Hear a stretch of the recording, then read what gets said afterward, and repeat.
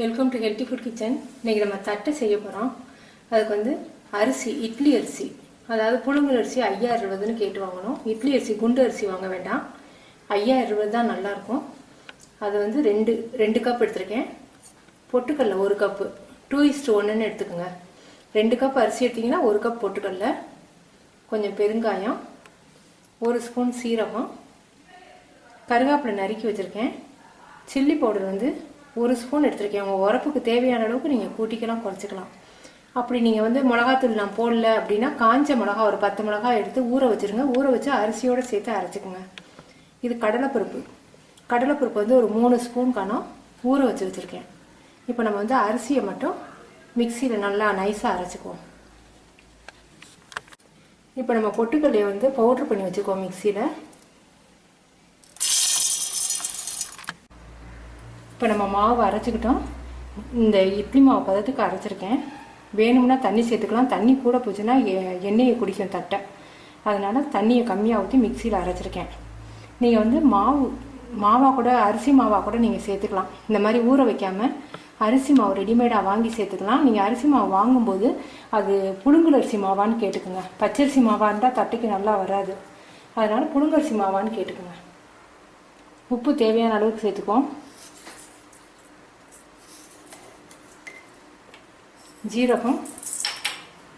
ஜீரகத்துக்கு பதிலாக கருப்பு எள் கூட சேர்த்துக்கலாம்.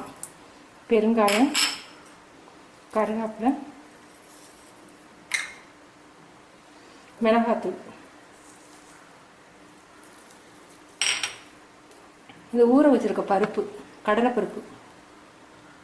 தண்ணியோடு ஊற்றிடாதீங்க, தண்ணியை எறுத்துட்டு ஊற்றுங்க.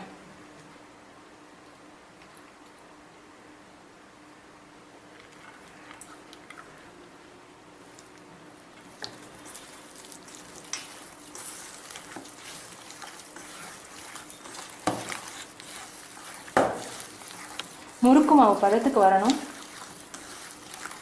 பொட்டுக்கடலை வந்து மிக்சியில் பவுட்ரு பண்ணி வச்சுருக்கேன். கொஞ்சம் கொஞ்சமாக போட்டு ஒன்று சேர்த்துக்கோங்க. இதில் வந்து பட்டர் சேர்த்துக்கலாம். பட்டர் வந்து 2 ஸ்பூன் அளவுக்கு சேர்த்துக்கலாம். நான் வந்து ஆயில் சேர்த்துக்க போகிறேன்.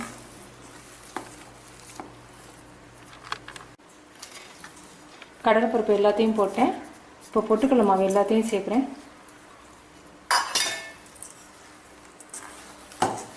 இப்போ ரொம்ப இறுக்கமாக இருக்கிறதுனால கொஞ்சம் தண்ணி ஊற்றிக்கலாம்.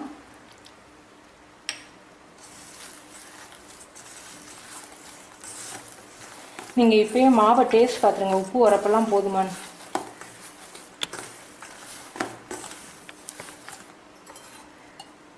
மாவு ட்ரை ஆகாமல் இருக்கிறதுக்கு தான் ஆயில் ஊற்றுறேன். ஆயிலுக்கு பதிலாக பட்டர் கூட சேர்த்துக்கலாம்.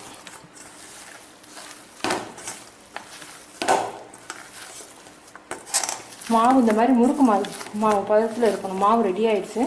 இதை வந்து நம்ம சின்ன சின்ன உருண்டையாக உருட்டிக்க போகிறோம். மாவு பாருங்கள் எந்த அளவுக்கு சாஃப்டாக இருக்குது, எந்த அளவுக்கு லிக்விடாக இருக்குன்னு பாருங்கள். இந்த அளவுக்கு இருக்கணும். முறுக்கு மாவு பதத்தில் இருக்கணும். கையில் ஒட்டாதது காரணம் நம்ம வந்து ஆயில் அப்படியே ரெண்டு ஸ்பூன் ஊற்றிருக்கோம் இல்லையா, அதனால ட்ரை ஆகாது, கையில் ஒட்டாது. இந்த மாதிரி உருட்டி வச்சுக்கோங்க. உருட்டி வச்சுக்கிட்டு பிளாஸ்டிக் கவர் ஒன்று எடுத்துக்கோங்க. பிளாஸ்டிக் கவர் எடுத்துக்கிட்டு எல்லா இடத்துலையும் ஆயில் அப்ளை பண்ணிக்கோங்க.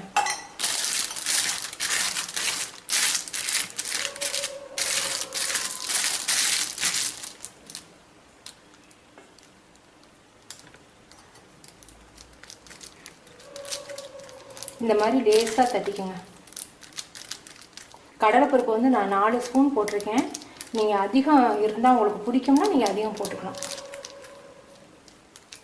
இந்த மாதிரி லேசாக எல்லாத்தையும் தட்டிக்கோங்க.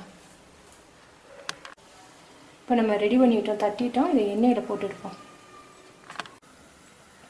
பிளாஸ்டிக் பேப்பரில் ஈஸியாக எடுக்க வந்துடும். உடஞ்சி போகாமல் இப்படி எடுங்க.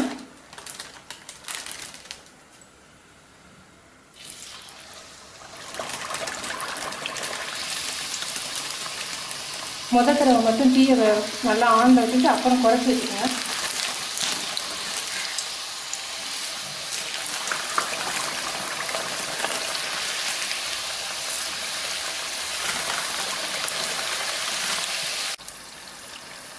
நல்லா வெந்துருச்சு.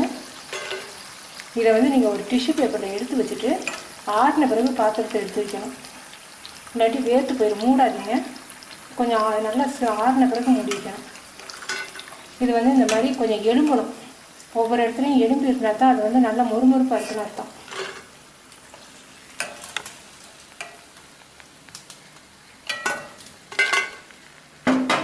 இந்த பார்த்தீங்களா, இந்த மாதிரி எலும்பு இருந்துச்சுன்னா நல்லா மொறுமொறுப்பாக இருக்குன்னு அர்த்தம். நீங்கள் செஞ்சு பார்த்துட்டு உங்கள் கமெண்ட்ஸ் எனக்கு சொல்லுங்கள். தேங்க்யூ.